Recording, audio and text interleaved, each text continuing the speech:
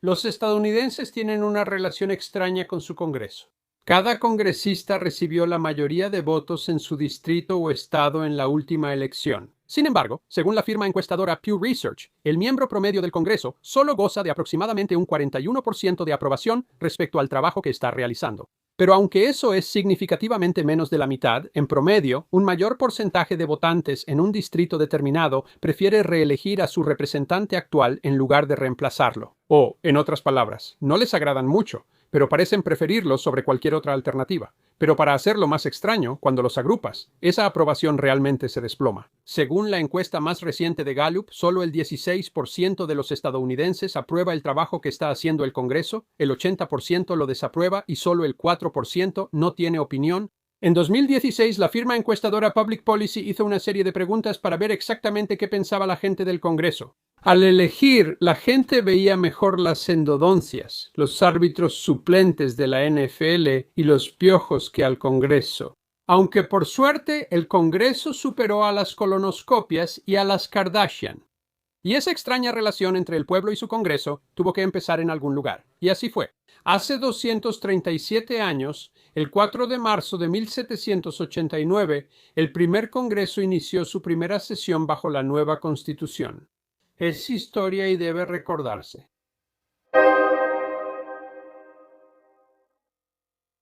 El primer documento de gobierno de los Estados Unidos fue los Artículos de la Confederación y Unión Perpetua, creados por un comité del Segundo Congreso Continental. Tras varios debates y revisiones, ese organismo lo aprobó el 15 de noviembre de 1777. Pero los artículos debían ser ratificados por las 13 colonias para entrar en vigor. Fue un proceso difícil, y Maryland, la última de las 13 colonias, ratificó los artículos hasta el 2 de febrero de 1781. Tom Hand, de American Battlefield Trust, explica que los artículos guiaron las acciones del Congreso desde 1777. Como su nombre lo indica, las 13 originales eran reacias a unirse en una unión central y no querían ceder ninguno de sus poderes individuales a ese gobierno. Sin embargo, las limitaciones de los artículos se notaron de inmediato. Las acciones necesitaban el acuerdo de los representantes de las 13 colonias, incluso para enmiendas que reforzaran el gobierno central. El problema principal era que los artículos no permitían al Congreso cobrar impuestos. Solo los gobiernos estatales podían recaudar impuestos y debían aportar voluntariamente al tesoro común. Nos sorprende que a menudo no lo hicieran y que al Congreso le costara financiar el ejército autorizado contra los británicos. Aún así, los artículos guiaron a la nación durante los difíciles días de la Revolución. El Congreso de la Confederación ratificó el Tratado de París el 14 de enero de 1784, terminando oficialmente la Guerra de Independencia, cuando Gran Bretaña reconoció formalmente a los Estados Unidos como una nación independiente y soberana. Pero el final de la guerra no significó el fin de los problemas. El débil gobierno central tenía problemas para resolver disputas estatales, pagar deudas de guerra y carecía de autoridad para proteger su propiedad. Durante la rebelión de Shays, 1786 a 1787, el Congreso de la Confederación decidió crear un comité para proponer enmiendas a los artículos. Esa convención, que eligió por unanimidad a George Washington como presidente, propuso un documento totalmente nuevo, la Constitución de los Estados Unidos. El documento se presentó al Congreso de la Confederación el 17 de septiembre de 1787 y, 11 días después, el 28 de septiembre, el Congreso transmitió oficialmente el documento a las legislaturas estatales individuales para su ratificación. El documento debía ser ratificado por convenciones estatales. Necesitaba la aprobación de 2/3, es decir, 9 de los 13 estados para adoptar la Constitución y formar el gobierno. Delaware ratificó el 7 de diciembre de 1777 y New Hampshire, el noveno estado necesario, hasta el 21 de junio de 1788. El Congreso de la Confederación designó el 4 de marzo como la fecha para constituir oficialmente el nuevo gobierno. Entre el 21 de junio de 1788 y el 4 de marzo de 1789, los estados, salvo Rhode Island, ratificaron y organizaron elecciones federales. Fue un periodo extraño. El Congreso de la Confederación funcionaba, pero tenía problemas para reunir el quórum necesario. Ciro Griffin, último presidente del Congreso, renunció el 15 de noviembre y no fue reemplazado. El inusual periodo de transición de casi 11 meses sin autoridad nacional deja la pregunta: ¿qué habría ocurrido ante una crisis o ataque? Por supuesto, la capital de la nación aún no había sido constituida. El gobierno comenzó en la ciudad de Nueva York, con el nuevo Congreso reuniéndose en el Federal Hall, en el Bajo Manhattan. Aunque la primera sesión se llevó a cabo el 4 de marzo, aún no había quórum, lo que impedía que el Congreso realizara cualquier actividad. Ese quórum no se alcanzaría hasta el 1 de abril. El Congreso tenía 59 representantes, 22 senadores y solo 11 estados representados. Carolina del Norte ratificó hasta noviembre, muy tarde para elecciones federales, y Rhode Island aún no lo hacía. Aunque los requisitos para ocupar un cargo eran mínimos, como se describe en el artículo 1, sección 2, los miembros eran principalmente abogados, comerciantes exitosos y hacendados agricultores. La Constitución no prohibía que mujeres o personas negras fueran elegidas, pero las normas sociales sí. Por eso todos eran hombres blancos propietarios. Federico Muhlenberg de Pensilvania fue elegido presidente de la Cámara. Aunque no había partidos políticos, existían dos facciones, pro-administración y anti-administración. La distinción no era contra el gobierno, sino contra la estructura financiera de Alejandro Hamilton y quienes defendían el poder estatal sobre el federal. Ambas cámaras tenían mayorías pro-administración, pero la minoría anti-administración era poderosa. Respecto a su responsabilidad, Christina Blackerby de los Archivos Nacionales de Estados Unidos dice que enfrentaron una tarea enorme. La Constitución recién ratificada permitió que el Congreso fuera el primer órgano del nuevo gobierno federal en reunirse. El Congreso certificó los votos electorales, permitiendo la investidura de Washington y Adams. El vicepresidente Adams, el 21 de abril, y Washington, el 30. Después elaboraron su primera ley para regular la administración de ciertos juramentos, firmada por Washington. El 1 de junio la ley exigió como requisito para cargos electos un juramento de lealtad. Los senadores y representantes antes mencionados, así como los miembros de las distintas legislaturas estatales y todos los funcionarios ejecutivos y judiciales, tanto de los Estados Unidos como de los diferentes estados, estarán obligados por un juramento o afirmación a apoyar esta Constitución. Aunque el juramento ha cambiado, la exigencia de que funcionarios federales y estatales juren lealtad a la Constitución para asumir el cargo sigue vigente. Luego, el Congreso asumió otra tarea monumental. De hecho, la nación no había estado en silencio entre junio de 1788 y marzo de 1789. En ese periodo se preparó el escenario para una de las acciones clave del nuevo Congreso. No todos apoyaban un gobierno federal más fuerte, pues temían que afectara los derechos de los estados. El conflicto había comenzado en la Convención Constitucional y había enfrentado a dos poderosos padres fundadores entre sí, ambos del estado de Virginia. James Madison llegó a la Convención Constitucional decidido a fortalecer el gobierno federal ante las fallas de los artículos. En 1787, James Madison propuso el Plan de Virginia, que planteaba un gobierno central más fuerte en la Convención. El plan de James Madison sería el marco inicial de la Convención. Sentaría las bases del próximo gobierno, legislatura bicameral proporcional, poder ejecutivo y judicial. Él apoyó la nueva Constitución ante el público bajo el seudónimo de Publio, en la serie de folletos conocidos como los Papeles Federalistas. Jorge Mason, 26 años mayor que Madison, era una voz firme de Virginia. Mason, como Madison, veía fallas en los artículos de la Confederación, pero temía que el nuevo gobierno federal tuviera demasiado poder y afectara a los derechos estatales e individuales. Mason y Madison participaron en la Quinta Convención de Virginia, que redactó la Constitución y la Declaración de Derechos de Virginia, estableciendo derechos humanos y limitando el poder del gobierno. Al finalizar la Convención Constitucional, Mason fue el principal opositor, alegando que el documento no tenía las protecciones de la Declaración de Virginia.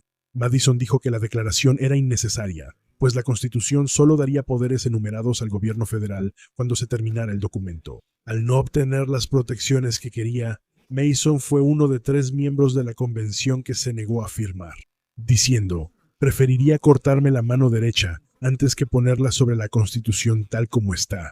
Mason escribió sus objeciones y las publicaron como panfleto contra los papeles federalistas. Si Madison fue el padre de la Constitución, Mason lo fue de la Declaración de Derechos. Al acercarse el debate sobre la ratificación estatal, los argumentos de Mason y el lema de que no había declaración de derechos cobraron peso.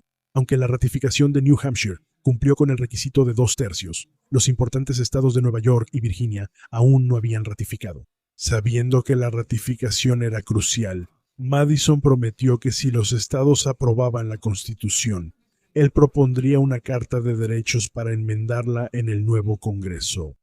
En un giro inesperado, Madison, quien había sido uno de los opositores más vocales a la necesidad de una carta de derechos, fue el hombre que las presentó.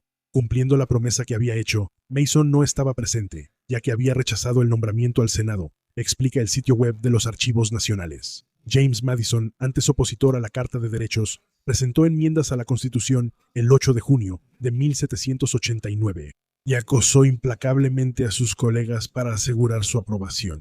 Al presentar su lista, afirmó que estas enmiendas demostrarán a los opositores de la Constitución nuestro compromiso con la libertad y el gobierno republicano, no con la tiranía ni una élite lejana.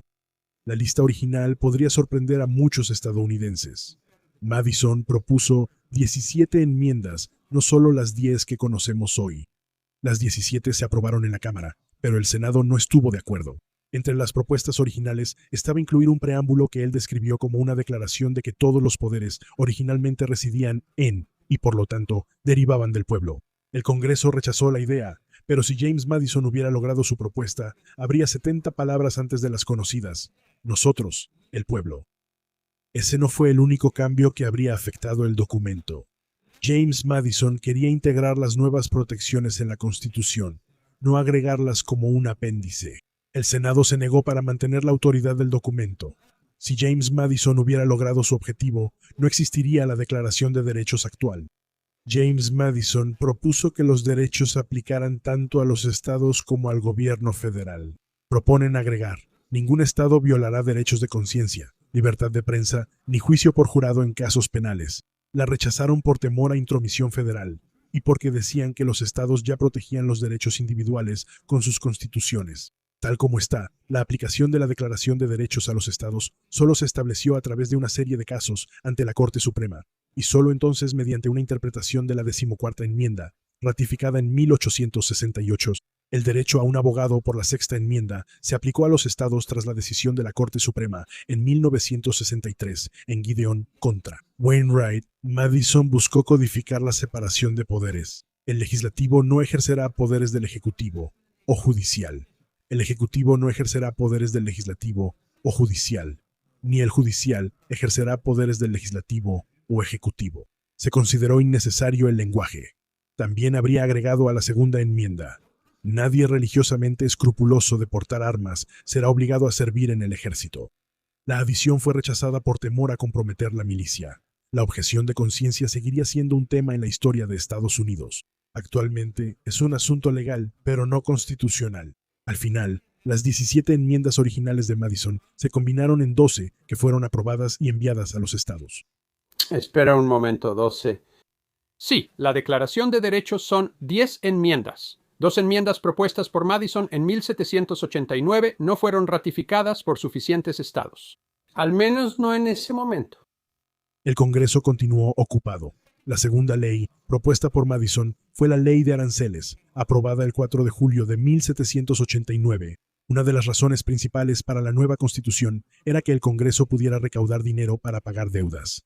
Al Congreso se le dio la autoridad explícita para imponer aranceles bajo el artículo 1, sección 8. La Ley de Aranceles fue un paso fundamental. Nuevo arancel: 50 centavos por tonelada para bienes en barcos extranjeros, 30 centavos en barcos hechos en Estados Unidos, pero de dueños extranjeros, y 6 centavos en embarcaciones de estadounidenses. Dio al nuevo gobierno el 90% de sus ingresos, y una ley creó un servicio de aduanas para facilitar la recaudación de aranceles en los puertos de entrada. El Congreso fundó los departamentos de Estado, Guerra y Tesoro, y en septiembre estableció el Poder Judicial Federal. Aunque creó una Corte Suprema y tribunales de distrito, inicialmente se les otorgó una jurisdicción más restringida de la que los tribunales federales adquirirían eventualmente.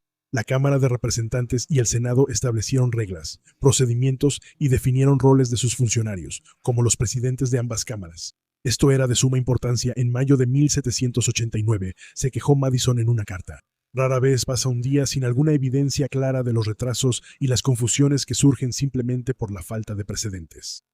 En el primer año, el primer Congreso sentó las bases tanto para esos precedentes necesarios como para la estructura básica necesaria para convertir la Constitución en un gobierno funcional. Probablemente fue el Congreso más importante en la historia de Estados Unidos. El primer Congreso duró un año más hasta que el segundo Congreso inició en marzo de 1791 tras las elecciones de 1790. En ese segundo año, el Congreso hizo muchas cosas importantes. Establecieron disposiciones para crear el primer censo y crearon las primeras protecciones para patentes y derechos de autor. Regularon la comunicación con tribus indígenas, crearon delitos federales y establecieron ingresos. La Marina, que se convertiría en la Guardia Costera de los Estados Unidos, organizó el vasto territorio al sur del Ohio y estableció disposiciones para crear una capital de los Estados Unidos. ¿Hicieron un buen trabajo? Gallup no existía para compararlos con las Kardashian, pero como ahora, cada decisión generaba controversia y requería compromiso. Sospecho que algunos en los comunes estarán felices de quejarse sobre lo que hizo el Congreso hace 237 años. Las 10 enmiendas, o Declaración de Derechos, se ratificaron oficialmente el 15 de diciembre de 1791, cuando Virginia fue el 11º estado en aprobarlas. Las dos primeras de las 12 enmiendas propuestas por Madison no fueron ratificadas por suficientes estados, pero el Congreso no puso límite de tiempo para ratificarlas. Una enmienda que retrasaría los aumentos salariales del Congreso hasta después de las elecciones fue casi olvidada, antes de su redescubrimiento en 1982 por Gregorio Watson, estudiante de la Universidad de Texas, quien inició solo la tarea de revivir el proceso. La indignación por los aumentos salariales del Congreso llevó a los estados a ratificar. Cuando la legislatura de Michigan ratificó la enmienda el 7 de mayo de 1992, se alcanzó el umbral de 3/4 y se convirtió en la 27ª enmienda. Casi 203 años después de que se propusiera por primera vez. Una segunda enmienda, que habría regulado la distribución del Congreso, igualmente aún podría ser ratificada, pero le faltan 38 estados para su ratificación. Debido al aumento poblacional, el proyecto ampliaría la Cámara a más de 6,000 miembros, pero expertos ven improbable su ratificación hoy. Espero que hayas disfrutado viendo este episodio de El Chico de la Historia. La historia merece ser recordada. Si fue así, no dudes en darle like, suscribirte y compartir El Chico de la Historia. La historia merece ser recordada con tus amigos. Si crees que la historia debe recordarse, apoya a El Chico de la Historia como miembro en YouTube o patrocinador. Nuestra comunidad y locales. Puedes apoyarnos en Patreon, visitar nuestra tienda o pedir un mensaje especial de El Chico de la Historia en Cameo.